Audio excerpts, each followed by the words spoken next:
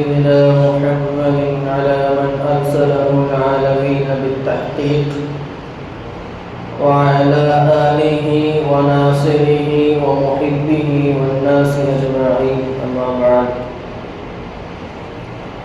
فقد قال الله تعالى في كلامه الكريم وفي الفرقان المجيد بعد أعوذ بالله من الشيطان الرجيم بفضل بسم الله الرحمن الرحيم قل للمؤمنين يغضوا من أبصارهم ويحفظوا فروجهم ذلك أزكى لهم صدق الله العظيم وصدق رسوله النبي الكريم وقال نبينا صلى الله عليه وسلم خيركم خيركم لأهله وأنا خيركم لأهلي أو كما قال عليه الصلاة والسلام புகழனைத்தும் நம்மை படைத்து பரிபாலித்து வருகிற ஏகவல்லோன் அல்லாஹ் ஒருவனுக்கே உரித்தாகுக. சாந்தியும் சமாதானமும் சர்தார் ஆலம் ரசூல் அக்ரம் ஸல்லல்லாஹு அலைஹி வஸல்லம் அவர்களின் மீதும் அவர்களை பின்பற்றி வாழ்ந்து மறைந்த உத்தம சத்திய சஹாபாக்கள், தாபிஈன்கள், தாபிஈன்கள், நாதாக்கள், வலிமார்கள், சுஹதாக்கள், குறிப்பாக நாம் நம்முடைய குடும்பத்தார்கள், உலக முஸ்லிமான ஆண் பெண் அனைவரின் மீதும் என்றென்றும் நின்ற நிலவற்றும் ஆகுக. ஆமீன். துவக்கமாக இஸ்லாத்தின் காணிக்கையான சலாத்தினை கூறி தோன்றுகிறேன். அஸ்ஸலாமு அலைக்கும் வரஹ்மத்துல்லாஹி வபரகாத்துஹு.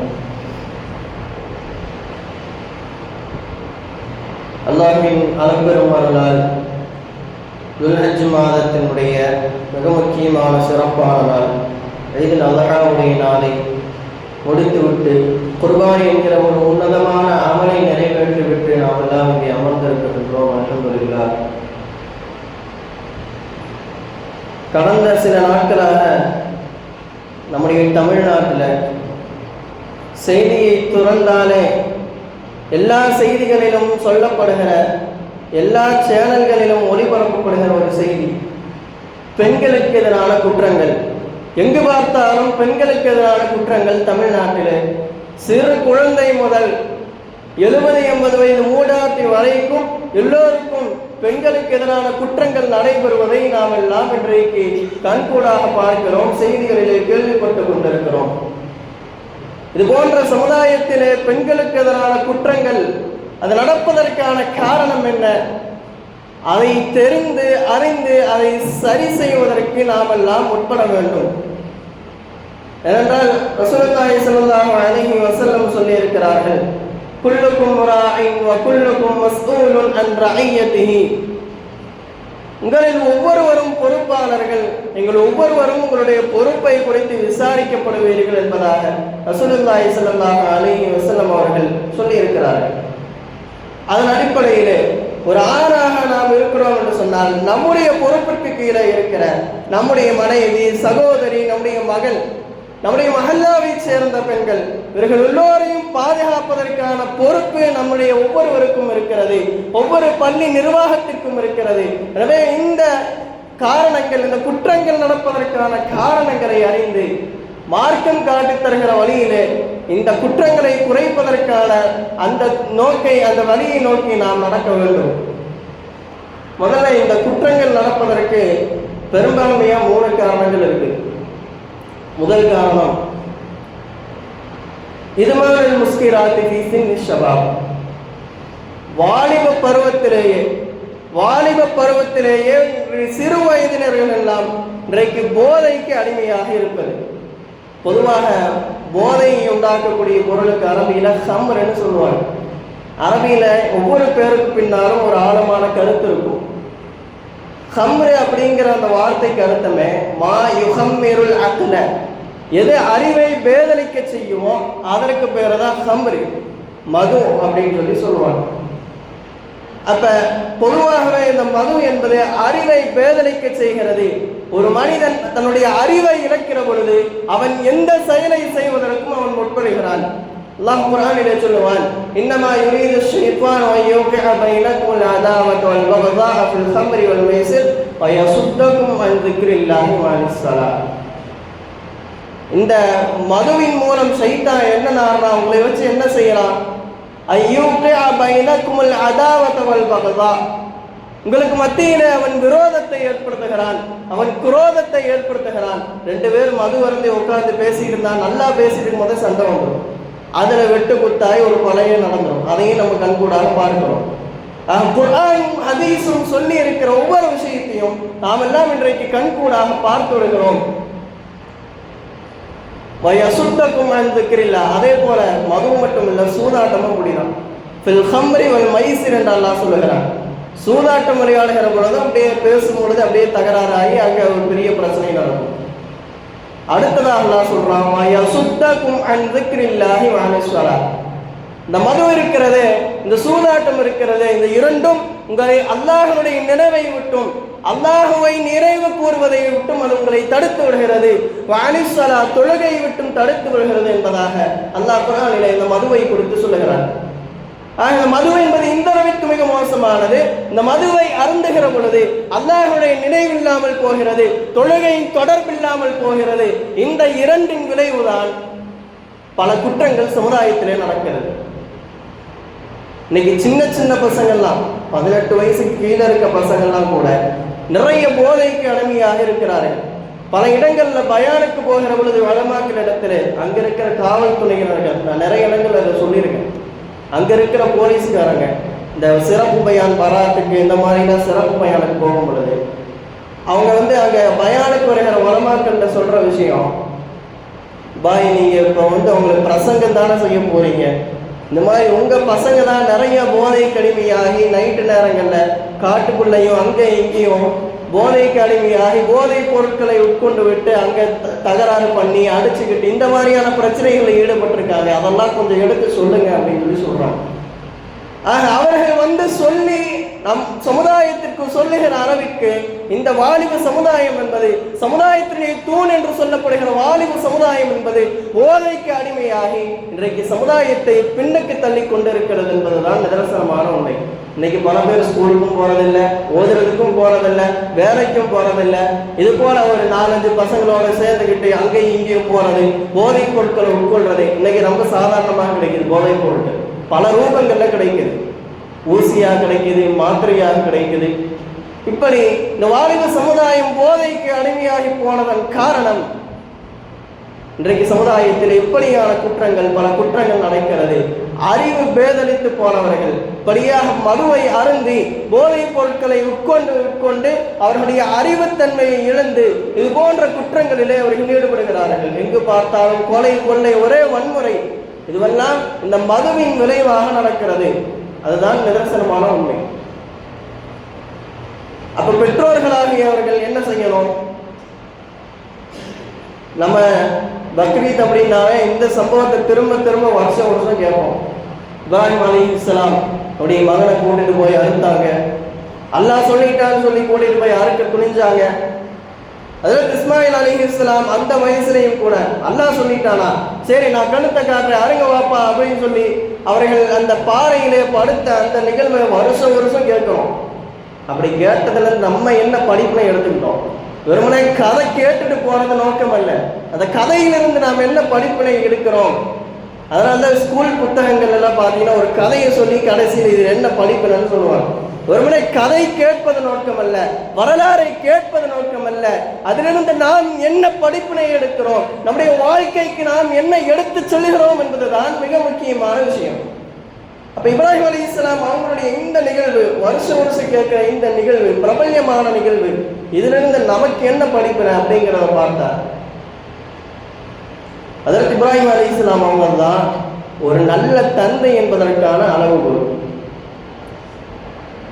அல்லாஹ் சொல்லிட்டானா, நான் படுக்கிறேன் என் கழுத்துல கத்தியை வச்சு அருங்கன்னு சொல்லி இஸ்மாயில் அலைஹிஸ்ஸலாம் அவங்க அல்லாஹ்வுடைய கட்டளைக்கு அடிப்பணிந்து அங்கே அவர்கள் பாறையிலே படுத்தார்கள் என்றால், ஹஜ்ரத் இப்ராஹிம் அலைஹிஸ்ஸலாம் அவர்கள் எந்த அளவிற்கு அல்லாஹ்வினுடைய பிரியத்தை, அல்லாஹ்வின் மீது உள்ள காதலை அவர்கள் அதனுடைய மகனுக்கு எடுத்து ஊட்டி வளர்த்திருப்பார்கள் என்பதை நாம் சிந்திக்க வேண்டும்.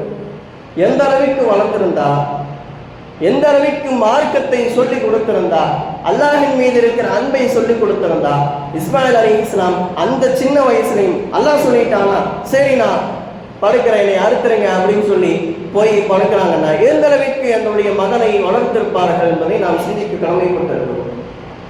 இப்போ அந்த மாதிரி இதிலிருந்து நம்ம எடுக்கிற படிப்பினை தந்தைமார்களாக இருப்பவர்கள் நம்முடைய பிள்ளைகளுக்கு மார்க்க அறிவை ஊட்டி மார்க்கத்தை கற்றுக் கொடுத்து வளர்க்க வேண்டும். இன்னைக்கு தொழுகை அப்படிங்கிறத இல்லாம போச்சு. குறைஞ்சபட்சம் 5 வேளை தொழுகிற பிள்ளைகளாக நம்முடைய பிள்ளைங்களை மாற்றணும். அந்த தொழுகை இருந்தால் போதும் எல்லா பிரச்சனைகளும், எல்லா கெட்ட பழக்கங்களும் அவர்களை விட்டு ஓடிவிடும். அதில் எந்த விதமான சந்தேகமும் இல்லை. தொழுகை வந்தால் போதும் எல்லா பிரச்சனைகளுக்கும் தொழுகையிலே தீர்வு இருக்கிறது.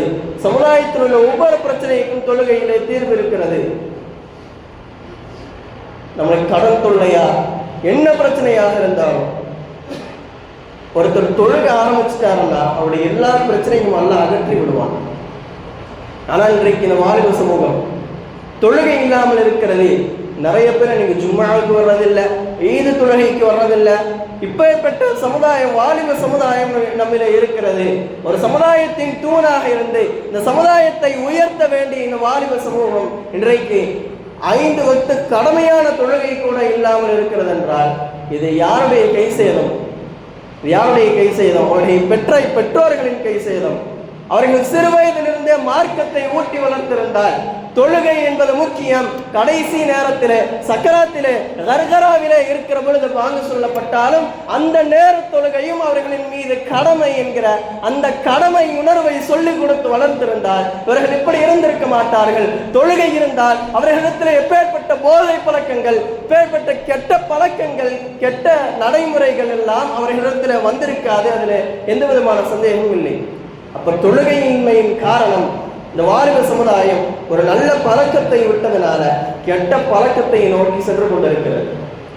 இப்ப நாம் ஒவ்வொருவரும் யாராக இருந்தாலும், பெரிய பையனாக இருந்தாலும் சரி, சின்ன பையனாக இருந்தாலும் சரி, முரு உலகக்கும் விஸ்வராத்தி 7 வயசுல இருக்கும் பொழுதே உங்க குழந்தைகளை தொழுகைக்கு ஏவுங்கள் என்று ரசூலுல்லாஹி ஸல்லல்லாஹு அலைஹி வஸல்லம் சொல்லியிருக்கிறாங்க.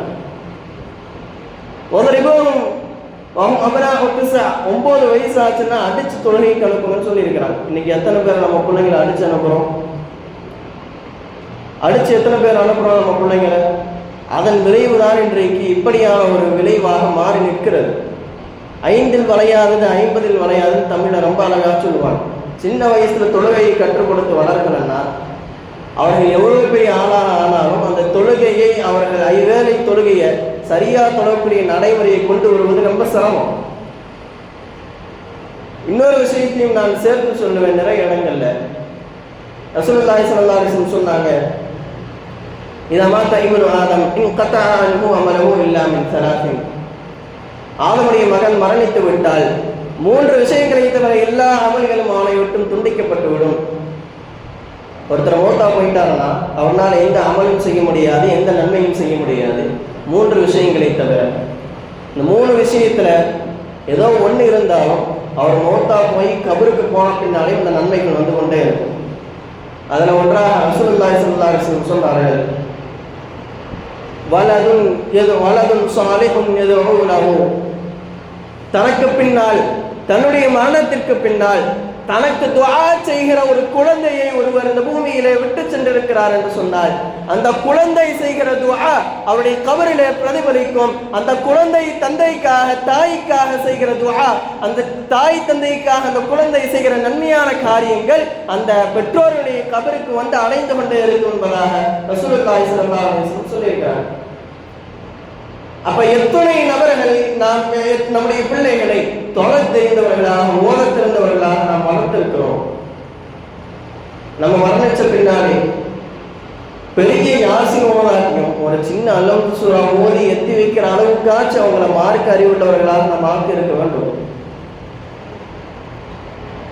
இன்னைக்கு எல்லாம் என்ன பண்றாங்க, தாய் தந்தை மரணிச்சுட்டா ஒரு அஜரத்தை கூட்டிட்டு வா, பாத்தியா ஓது, சாப்பாடு போடு 10 பேர்த்துக்கு. இதுதான் நடக்குது சமுதாயத்தில். நான் சொல்றேன், எழுதி வச்சுக்கங்க. 100 ஆலயங்கள், 1000 ஆலயங்களை கூட்டிட்டு வந்து நீங்க வாப்பா உமாவுக்கு குரான் ஓதி ஃபாத்தியா ஓதி எத்தி வைத்தாலும் அவரவருடைய பெற்றோருக்கு அவரவர் ஓதி எத்தி வைக்கிற நன்மை தான் சிறந்தது. நீங்க கோடி கணக்கில் செலவு பண்ணி ஃபாத்தியா நடத்தினாலும் சரி, இதுதான் நிதர்சனமான உண்மை. அவரவரின் பெற்றோருக்கு அவரவர் ஓதி எட்டி வைக்கிற நன்மைதான் சிறந்தது, அடுத்தவர் ஓதுவதை விடவும். அதனால் நம்முடைய பிள்ளைகள் நமக்கு பின்னால் குறைந்தது ஒரு அல்ஹம்து சூரா ஓதி ஒவ்வொரு வக்துக்கு பின்னாடியும் யாரெல்லாம் எங்கள் வாப்பா செஞ்ச பாவத்தை மன்னிச்சிருன்னு கேட்கிற அளவுக்காக அவர்களை மார்க்க அறிவுள்ளவர்களாக ஆக்க வேண்டும். அப்படி மார்க்கப்பட்டுள்ளவர்களாக மார்க்க அறிவுள்ளவர்களாக ஆக்க தவறியதன் விளைவுதான் இன்றைக்கு இந்த சமுதாயம் இப்படியான குற்றச் செயல்களில் ஈடுபட்டு கொண்டிருக்கிறது. நிறைய இஸ்லாமிய வாலிபர்கள் நிறைய இடங்கள் போதை பழக்கங்களுக்கு அடிமையாகி அதனுடைய பாதிப்பு அவருடைய திருமண வாழ்விலும் பிரதிபலிக்கிறது என்பதால் நிதர்சனமான உண்மை. இன்றைக்கு நிறைய குடும்பங்கள், நிறைய ஆண்கள் அவருடைய வாலிப பருவத்திலே அவர்கள் உட்கொண்ட அந்த மது பழக்கங்கள், போதை பழக்கங்கள் தான் அவருடைய திருமண வாழ்விற்கு ஒரு தடையாக வந்து நிற்கிறது. அவருடைய திருமண வாழ்விலே அந்த அவர்கள் உட்கொண்ட போதைகள், மது பொருட்கள் எல்லாம் பிரதிபலிக்கிறது. நம்முடைய பிள்ளைகளை தொலைத்தறிந்தவர்களாக மார்க்க அறிவு கொண்டவர்களாக ஆக்க வேண்டும். இது போன்ற தவறுகள், இதுவெல்லாம் தவறு என்று அவர்களை அடித்து அந்த குற்றங்களிலிருந்து அகற்றக்கூடியவர்களாக நாம் ஆக்கினால்தான் இது போன்ற குற்றங்களை நாம் தவிர்க்க முடியும். இரண்டாவது, இது போன்ற குற்றங்கள் நடப்பதற்கான காரணம், இன்றைக்கு பெற்றோர்கள் அவருடைய பிள்ளைகளுக்கு எப்படி வியாபாரம் செய்யணும்னு சொல்லித்தராங்க, எப்படி காசு பணம் சம்பாதிக்கணும்னு சொல்லித்தராங்க, ஏன் ஒரு வண்டி ஓட்ட சொல்லித்தராங்க. ஆனால் பெண்களை எப்படி மதிக்க வேண்டும் என்கிற அந்த சப்ஜெக்டை இன்னைக்கு யாரும் சொல்லித்தரதே இல்லை. ஒரு பெண்ணை நாம் எப்படி பார்க்க வேண்டும், அவளோடு எப்படி பேச வேண்டும், எப்படி கண்ணியமான முறையில் அவர்களை அணுக வேண்டும் என்கிற இந்த ஒழுக்க நடைமுறையை இன்றைக்கு பெற்றோர்கள் ஆண் மக்களுக்கு சொல்லித்தர தவறிவிடுகிறார்கள். அதுவும் இது போன்ற குற்றங்கள் நடப்பதற்கான ஒரு காரணமாக இருக்கிறது. ரசூலுல்லாஹி ஸல்லல்லாஹு அலைஹி வஸல்லம் சொன்னார்கள், கைருக்கும் கைருக்கும் லிஅஹ்லிஹி. ரொம்ப அற்புதமான வார்த்தை இது. உங்களில் சிறந்தவர் உங்கள் குடும்பத்தார்களில் சிறந்தவர். யார் உங்கள் மனைவி இடத்துல சிறந்தவராக இருக்கிறாரோ அவர் தான் உங்களில் சிறந்தவர்னு சொன்னாங்க ரசூலுல்லாஹி ஸல்லல்லாஹு அலைஹி வஸல்லம். ஊரெல்லாம் அவர் நல்லது செய்கிறார், ஓடி ஓடி உதவி செய்கிறார், ஊரெல்லாம் அவருக்கு ஊர் மக்கள் எல்லாம் அவர் நல்லவர் வல்லவர் பெரிய டாட்டா பில்லான்னு சொல்லி சர்டிஃபிகேட் கொடுக்குறாங்க. ஆனால் மனைவிட்ட போய் கேட்டால் அவர் சரியில்லைங்க அப்படின்னு சொல்லிட்டா அவர் சரியில்லை தான். ஊரெல்லாம் அவரை நல்லவர் என்று சொன்னாலும் மனைவி அவரை தப்பானவர்னு சொல்லிட்டா அவர் தப்பானவர் தான். அதுவே ஊரெல்லாம் அவரை தவறாக சித்தரிக்கிறது, இவருக்கு இவர் தப்பான ஆளு, இவர் ஒழுக்கம் இல்லாத ஆளு, இவர் யாருக்கு உதவி செய்ய மாட்டாரு, மனிதநேயம் இல்லாதவர், இப்படி எல்லாம் ஊருக்காரங்க பலவிதமாக சொல்றாங்க. ஆனால் மனைவிட்டு கேட்டா எங்க வீட்டுக்காரர் ரொம்ப நல்லவர்னு சர்டிஃபிகேட் கொடுத்துட்டா அந்த அம்மா கொடுக்குற சர்டிஃபிகேட் தான் செல்லும். பெண்களுக்கு இப்படியான ஒரு கண்ணியத்தை மார்க்கம் வைத்திருக்கிறது என்று சொன்னால் பெற்றோர்கள் எந்த அளவிற்கு பெண்களுக்கான கண்ணியத்தை சொல்லி வளர்க்க வேண்டும் என்று நாம் சிந்திக்க கடமைப்பட்டிருக்கிறோம். இன்றைக்கு பெற்றோர்கள் பெண்களுக்கு எப்படி மதிப்பு கொடுக்க வேண்டும் என்கிற அந்த டாப்பிக்கை தவற விட்டதன் விளைவு நிறைய நபர்கள் திருமண வாழ்விற்கு பின்னாடியும் மனைவியை மதிக்கிறது. ஏதோ வீட்டுக்கு வந்த வேலைக்காரி மாதிரி தான் நடத்துகிறாங்க பல பேர். சின்ன சின்ன விஷயங்களுக்கெல்லாம் அவர்களை கண்ணியமின்றி நடத்துவது, கண்ணியமின்றி பேசுவது, இதுவே பெரும் பிரச்சனையாகி அந்த திருமண வாழ்வை உடஞ்சு போகிற நிலைமைக்கு வந்துடுது. ஒரு அந்நிய பெண்ணை பார்க்கிற பொழுது உன்னுடைய தாயை போல, உன்னுடைய தங்கையை போல, உன்னுடைய அக்காவை போல அவரை கண்ணியமாக பார்க்க வேண்டும், கண்ணியமான முறையில் அவர்களிடத்தில் அணுக வேண்டும் என்கிற இந்த நல்ல பழக்கத்தை அவர்களிடத்தில் ஏற்படுத்த வேண்டும். இதையெல்லாம் நாம் சின்ன வயசுலேருந்தே சொல்லி கொடுக்கணும். இன்னைக்கு அதெல்லாம் சொல்லி கொடுக்காததன் விளைவு இப்படியான குற்றங்கள் நடக்கிறதுக்கான காரணம். மூணாவது, பெற்றோர்கள் தன்னுடைய பெண் மக்களுக்கு சரியான ஆடை பழக்கத்தை உண்டாக்குவதில்லை. எப்படி ஆடை அணியணும் அப்படிங்கிற அந்த பழக்க வழக்கங்களை சொல்லி தவறிவிட்டார்கள். எப்படி சமுதாயத்திலே ஒரு வெட்க உணர்வோடு கூச்ச உணர்வோடு இருக்க வேண்டும் என்கிற அந்த டாபிக்கையும் இன்றைக்கு பெற்றோர்கள் மறந்து விட்டார்கள். ரசூலுல்லாஹி ஸல்லல்லாஹு அலைஹி வஸல்லம் சொன்னார்கள், உங்களுடைய பிள்ளைகளை அல்லாஹ் சொல்லுவான் நபி அவர்களை பார்த்து, யா அய்யுஹன் நபியு குல் அஸ்வாஜிக வ பனாதிக வ நிசாஇல் முஃமினீன் யுதுனீன அலைஹின்ன மின் ஜலாபிபிஹின். நபியே நாயகமே, நீங்கள் உங்களுடைய மனைவிமார்களுக்கும் உங்களுடைய பெண் பிள்ளைகளுக்கும் முஃமினான எல்லா பெண்களுக்கும் நீங்கள் சொல்லுங்கள், யுதுனீன அலைஹின்ன மின் ஜலாபீபிஹின், அவர்களுடைய மார்பகங்களின் மீது அவருடைய முந்தானைகளை போட்டுக் கொள்ளட்டும் என்று சொல்லுங்கள் என்று சொல்வான். இந்த வசனத்துடைய சாராம்சம், உங்கள் மனைவிமார்களையும் பெண் பிள்ளைகளையும் உங்களுடைய முஸ்லிமான பெண்களையும் நீங்க சொல்லுங்க, ஹிஜாப் அணியுமாறு நீங்க சொல்லுங்க என்பதாக அல்லாஹு தஆலா நபி அவர்களை பார்த்து கட்டளையிடுகிறார். இன்றைக்கு நம்முடைய வீட்டு பெண்கள் எத்துணை நபர்கள் மார்க்கம் சொல்லி அந்த ஹிஜாபை கடைபிடிக்கிறார்கள். அலங்காரத்தை மறைக்கிறதுக்காக ஹிஜாபை கொண்டு வந்தா அந்த ஹிஜாபே இன்னைக்கு அலங்காரமா போச்சு. எவ்வளவு டிசைனான முர்காக்கள் ஒரு இடத்திற்கு வெளியேறி செல்லுகிற பொழுது எப்படி செல்ல வேண்டும் என்று மார்க்கம் சொல்லுகிறது. பெண்கள் வெளியே போகும் பொழுது நறுமணம் பூசிட்டு போகக்கூடாது. எந்த பெண் வெளியில நறுமணம் பூசி கொண்டு செல்கிறாளோ மற்ற ஆண்கள் தன்னை பார்க்க வேண்டும் என்பதற்காக அவள் விபச்சாரியை போன்றவள் என்பதாக ரசூலுல்லாஹி ஸல்லல்லாஹு அலைஹி வஸல்லம் சொல்லியிருக்கிறார். ஆக இதுவெல்லாம் நாம் சின்ன வயசுலிருந்தே நம்முடைய பிள்ளைகளுக்கு சொல்லித்தர வேண்டும். இன்னைக்கு நம்ம பெண்கள் பார்த்தீங்கன்னா வெளியே போகும்போதுதான் பூ வச்சுட்டு போவாங்க, வெளியே போகும்போதுதான் நல்ல சத்தம் வர மாதிரி கொலுசு போட்டுட்டு போவாங்க. மார்க்கம் இதையெல்லாம் சொல்வதற்கான காரணம், ஒரு 4 பேர் ரோட்ல அந்த பக்கமா திரும்பி நிற்கிறாங்க, ஒரு அம்மா நல்ல சத்தம் வர்ற மாதிரி கொலுசு போட்டுட்டு போகிறாங்க, அவங்க வாட்டுக்கு அந்த பக்கம் திரும்பி அந்த ஆண்கள் வேலையை பார்த்துட்டு இருக்கிறாங்க. இப்படி போகும்பொழுது கொலுசு சத்தம் கேட்கும், கொலுசு சத்தத்தை கேட்க யாரோ பெண் வரான்னு சொல்லி திரும்பி பார்ப்பாங்க. அப்படி கூட எந்த ஆணினுடைய தவறான பார்வையும் ஒரு பெண்ணின் மீது பட்டுவிடக் கூடாது என்பதற்காகத்தான் மார்க்கம்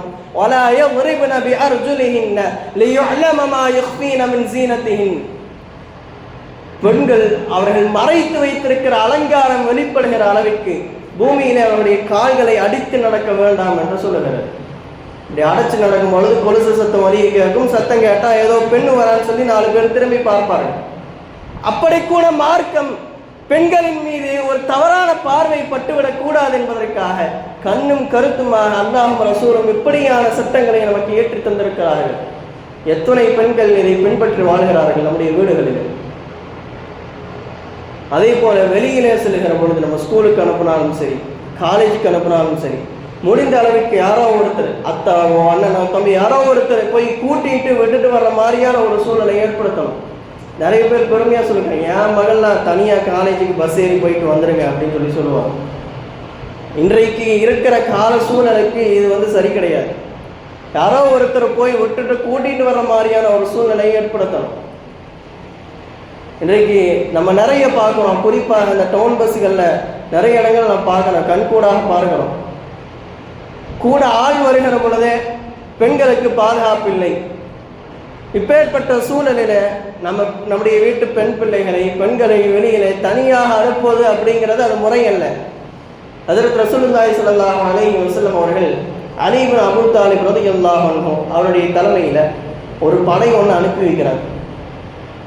பனு தை அப்படிங்கிற ஒரு கூட்டத்தாரை போர் தொடுப்பதற்காக அனுப்பி வைக்கிறார். அவங்களும் போகிறாங்க.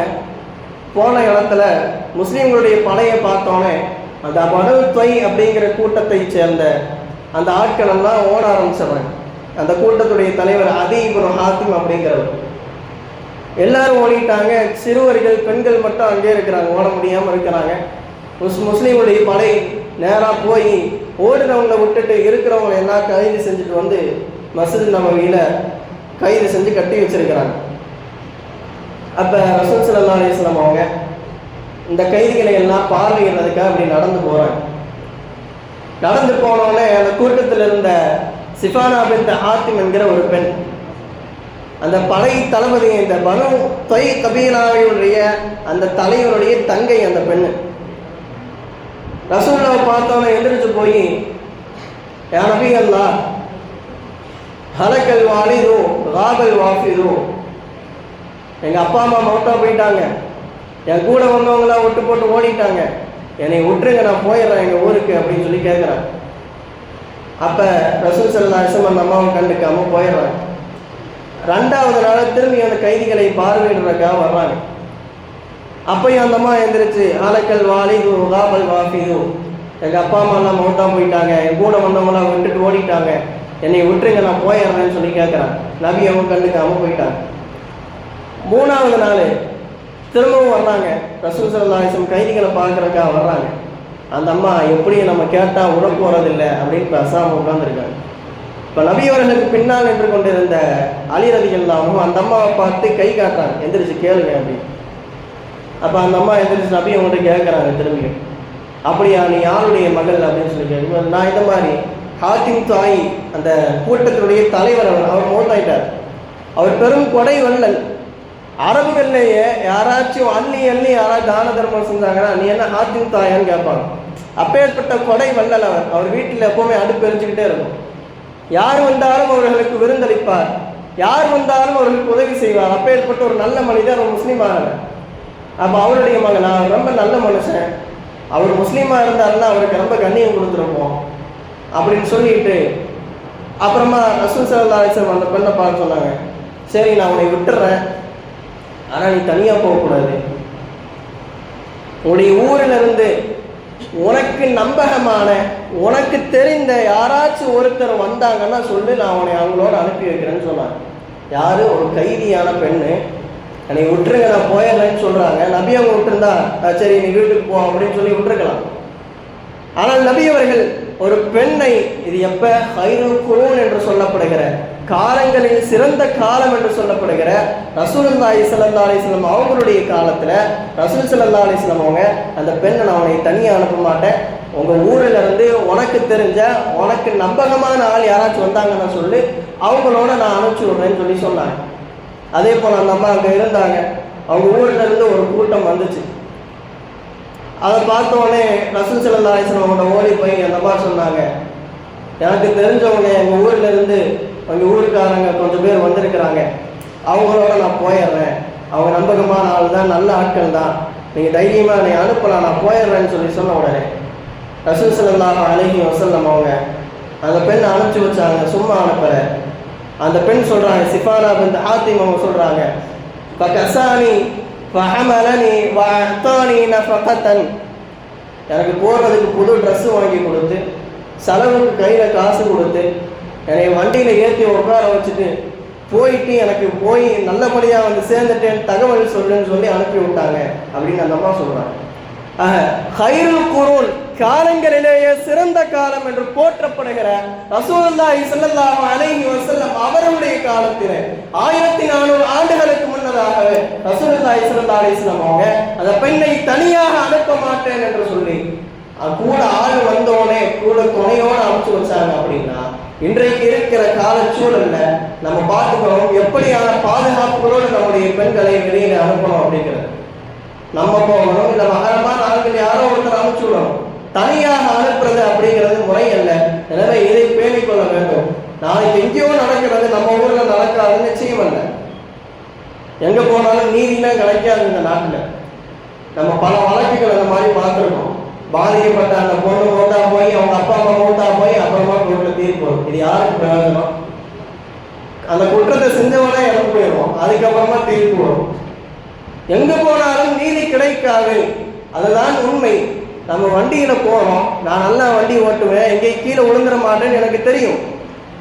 ஆனாலும் ஒரு வேளை விழுந்து விட்டால் அடிபடக்கூடாதுன்னு முன்னெச்சரிக்கையா ஹெல்மெட் போட்டு போறோம். அந்த மாதிரி நம்முடைய வீட்டு பெண்களை பாதுகாக்க வேண்டும் என்கிற அந்த முன்னெச்சரிக்கை நோக்கத்தோடு நாம் முன்னெச்சரிக்கையாக நடந்து கொள்ள வேண்டும். இன்னைக்கு காலத்துல காவல்துறைக்கும் பாதுகாப்பு இல்லை, காவல்துறையால மக்களுக்கும் பாதுகாப்பு இல்லை. நாம சமீப காலங்களில் பார்க்குறோம், ஒரு பெண் காவலருக்கு பாலியல் வன்கொடுமை நடந்திருக்கு. ஒரு காவல் அதிகாரி தன்னுடைய ஸ்டேஷனுக்கு கம்ப்ளைண்ட் கொடுக்கறதுக்காக ஒருத்தன் வந்து பாலியல் சீண்டல் செய்கிறான்னு சொல்லி கம்ப்ளைண்ட் கொடுக்கறதுக்காக ஒரு பொண்ணு போய் ஸ்டேஷனில் கம்ப்ளைண்ட் கொடுக்குறான். கம்ப்ளைண்ட் கொடுத்தோடனே இந்த ப்ரூஃப்லாம் கேட்பாங்க, அட்ரஸ் ஃபோன் நம்பர்லாம் கேட்பாங்க. அந்த ஃபோன் நம்பரை எடுத்து வச்சுக்கிட்டு ஒரு எஸ்ஐ அந்த பெண்ணுக்கு வாட்ஸ்அப்பில் மெசேஜ் செஞ்சு பாலியல் வன்கொடுமை செய்வதாக புகார். இன்னைக்கு காலத்துல போலீஸுக்கும் பாதுகாப்பு இல்லை, போலீஸான மக்களுக்கும் பாதுகாப்பு இல்லை, யாரையும் நம்பியும் நம் பிரயோஜனம் இல்லை. இன்றைக்கு இந்தியாவில் இருக்கிற சட்ட ஒழுங்கை உருவாக்கக்கூடிய பாராளுமன்றத்தில் இருக்கக்கூடிய 151 எம்பிகள் மேல பாலியல் வன்கொடுமை கேஸ் நிலுவையில் இருக்கு. அதுல 16 எம்பி பதவியில் இருக்கிறாங்க. யார்கிட்ட நாம் நீதியை கேட்டு செல்வோமோ அவர்களே இப்பேற்பட்ட குற்ற செயலில் ஈடுபட்டிருக்கிறார்கள் என்றால் நமக்கு நீதி எங்கு கிடைக்கும் என்பதை நாம் சிந்திக்க வேண்டும். முன்னெச்சரிக்கை நடவடிக்கையோடு நாம் நடந்து கொள்ள வேண்டும். எல்லாம் வல்ல இறைவன் நம்முடைய வீட்டு பெண்களை பாதுகாத்தருள்வாராக. வெளியில் செல்லுகிற பொழுது பாதுகாப்பாக